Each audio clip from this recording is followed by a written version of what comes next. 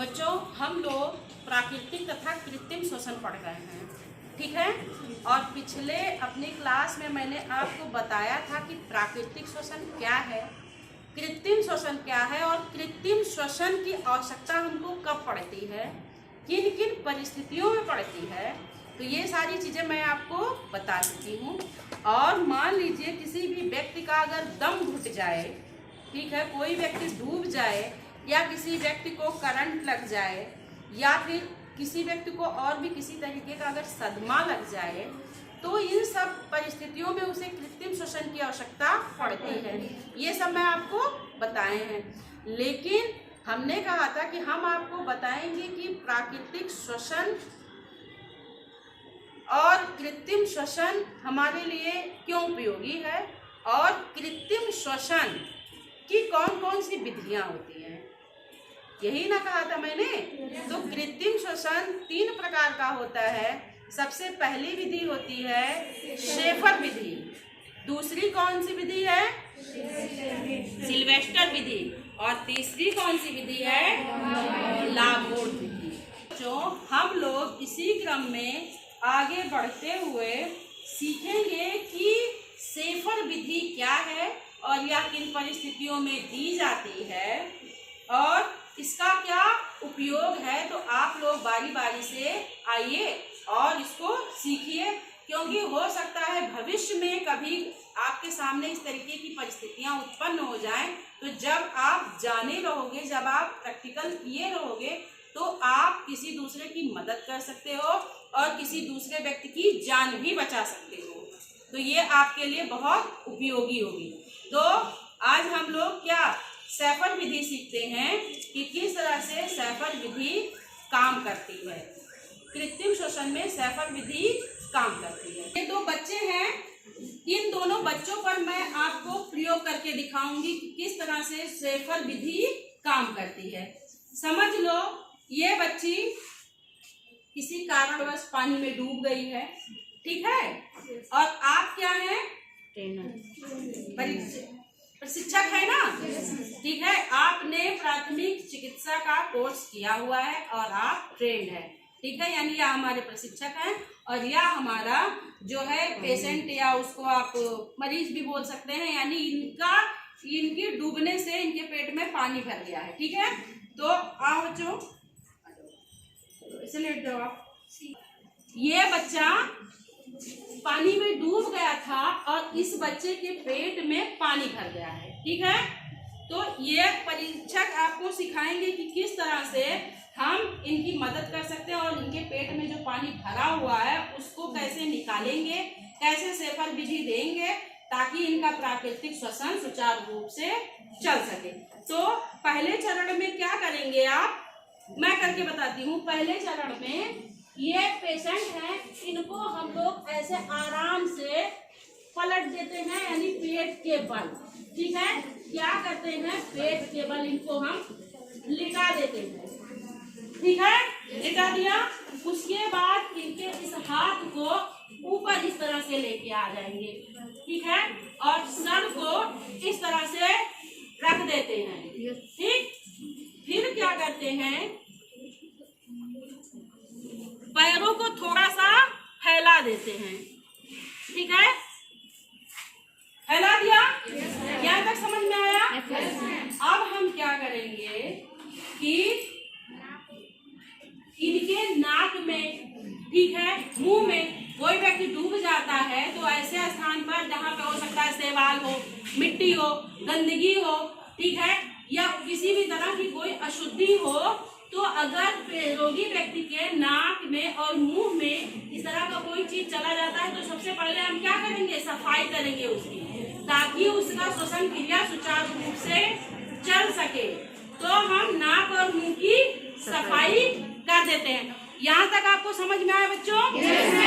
फिर हम क्या करेंगे, जो पेशेंट है रोगी व्यक्ति के साइड में हम इस तरह से बैठ जाएंगे। कैसे बैठेंगे? घुटनों के बल बैठ जाएंगे। बैठने के बाद क्या करेंगे, हम अपने हाथ को 90 डिग्री के कोण पे बनाते हुए, ये आपका रीढ़ का हड्डी है और ये आपके फेफड़े और पसलियां हैं। ठीक, उसके बाद हम क्या करेंगे, इसे हम 90 डिग्री कोण बनाते हुए इनके कमर पर थोड़ा सा फोर्स डालेंगे। क्या करेंगे, इस तरह से अपने हाथों को इनके रीढ़ की हड्डी के समानांतर और पसलियों के थोड़ा नीचे रखते हैं। ठीक, यहाँ तक समझ में आया? रखने के बाद अपने शरीर का भार अपने घुटनों पर, ठीक है, और अपने हाथों पर आपकी जो कोहनी है ये क्या होना, मुड़ना नहीं है, बिल्कुल सीधी समानांतर रख के धीरे धीरे हमको ऐसे फोर्स करना है। ठीक है, कर लिया ना?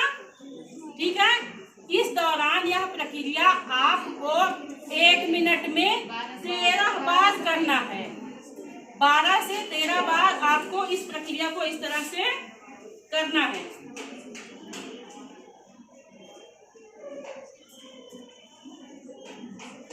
बार दोहराएंगे और 12-13 राउंड। इससे क्या होगा बच्चों, ये इनके जो फेफड़े, इनकी वक्ष गुहा फैलकर इसमें जो पानी भरा होगा वह निकल जाएगा और इनका ये जो वक्षीय गुहा है वह फैलकर इसमें प्राकृतिक संतुलन सही हो जाएगा और जो हमारे वातावरण में जो वायु है उसे यह पेशेंट व्यक्ति ग्रहण करने लगेगा।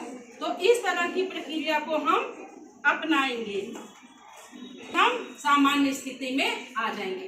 तो इतना आप लोग को समझ में आया? Yes, ma'am। इस तरह से आप कर लोगे? Yes, ma'am। तो ये कौन सी विधि थी बच्चों? विधि थी बच्चों? सेफर विधि। समझ में आया सबको सेफर विधि? Yes, ma'am। और अब आप इसको खुद करके भी सीखिए। कौन से बच्चे सीखना चाहते हैं? 2 लोग आ जाइए। चलो, अच्छा आप पहले इनको करके दिखा दो, फिर मैं 2 बच्चों को और बुलाती हूँ। ठीक है?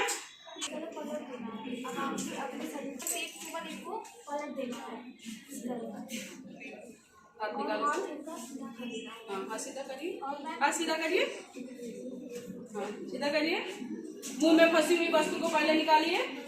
उसके बाद मुंह में फंसी हुई वस्तु को निकालना रहेगा सब कुछ, और मैं इसके बाद इनका पैर फैलाना रहेगा।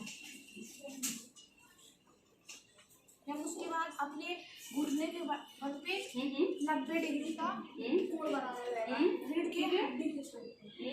जब उसके बाद 1 मिनट में 12 से 13 बार इनको अपने पुश करिए।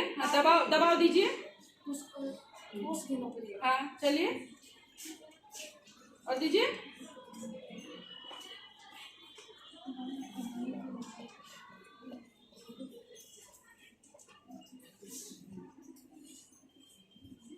ठीक है, कितना बार हो गया? 13 बार। 13 बार।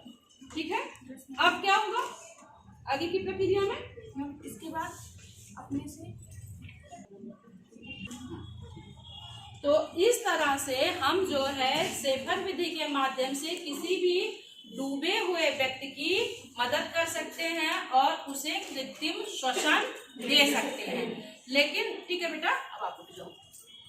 सेफर विधि बच्चों आपको समझ में आई? Yes ma'am. आप कर लोगे? Yes ma'am. किसी भी व्यक्ति की इस तरह से मदद कर लोगे? Yes ma'am. दूसरे की जान बचा सकते हो? Yes ma'am. लेकिन इस सेफर विधि की प्रक्रिया को, बैठ जाओ, अपनाते हुए आपको कुछ सावधानियों की भी जरूरत होगी।